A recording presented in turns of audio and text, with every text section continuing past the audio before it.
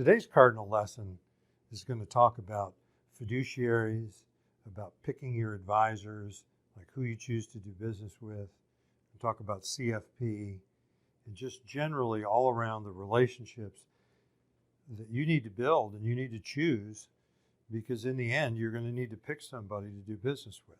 So when we talk, we're in such a virtual environment now, is a lot of times you don't have the luxury of meeting the person. Like the old school days, you'd go into the bank, or you'd go into the law office, or you'd go into the financial office and you'd meet. You know, we still have clients occasionally come in here, but during the COVID here, everything's gone virtual.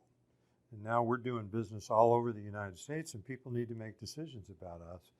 So we're going to talk a little bit about professional designations today. And specifically, we're just going to highlight one as the Certified Financial Planner, or the CFP.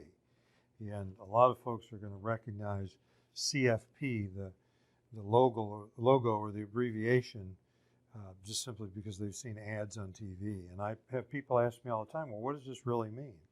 Well, the CFP is one of the most highly respected professional designations in the financial world. And, you know, first of all, 40% of the people that try to get it can't pass the test. It has an extremely difficult test. And that's not reason enough to select out a CFP. It means that they're smart and they take tests well.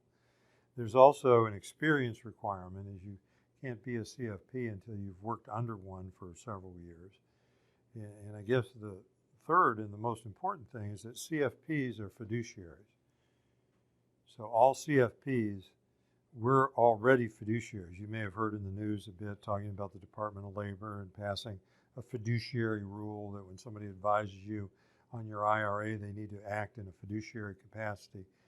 So if you do business with a CFP, you are dealing with a fiduciary. So in all our actions, all our financial planning engagements, really everything we do, we fall under this higher level of care. So what is a fiduciary? A fiduciary means that we have to put your interest, you the customer, ahead of our interest. So it doesn't mean we get something out of the deal. We need to disclose whatever that something is, but we can't pick a product or a solution and recommend it because it's better for us than it is for you. I mean, it needs to, you're on top here. You're the first person. We're sitting on the side of the table with you. The second thing with a fiduciary is we need to disclose all conflicts of interest. So when I'm compensated by some organization for selling you something or offering something to you, I need to disclose that to you, and I need to do everything in my power to mitigate it. So it's just a much higher level of care. So why does all this matter to you? Well, and I'm not stating that every time you buy a Medicare supplement policy, you need to find a CFP that can sell you one. Not saying that at all. I'm just talking about this one professional designation, and it does generally cover all the areas, certainly that I've written about in my books. You know, it's going to cover Social Security and Medicare and long-term care and life insurance and investment, taxes, estate planning. I mean, all of that falls under the CFP.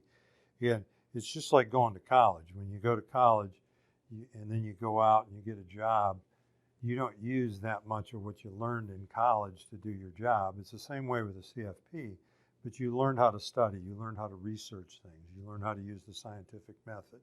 So I've got a number of young CFPs that I've mentored that work here at Cardinal, and they are very good researchers. I mean, we have problems brought to us all the time, and I put them on it, and they come back with excellent solutions. So the whole purpose of the video today is just to really highlight professional designations and for you to ask some questions of anybody that you're doing business with. And when you got to do this over the phone and the internet, and that, it's a little bit more difficult. In my books, which are on Amazon, both books, the main book and the workbook, the last chapter goes through all the professional designations that you need to consider, and it talks about how to find them and really how to check people out, how to go on the internet, and it'll show you in there how to check me out. So I'm Hans Scheil, and I thank you for listening.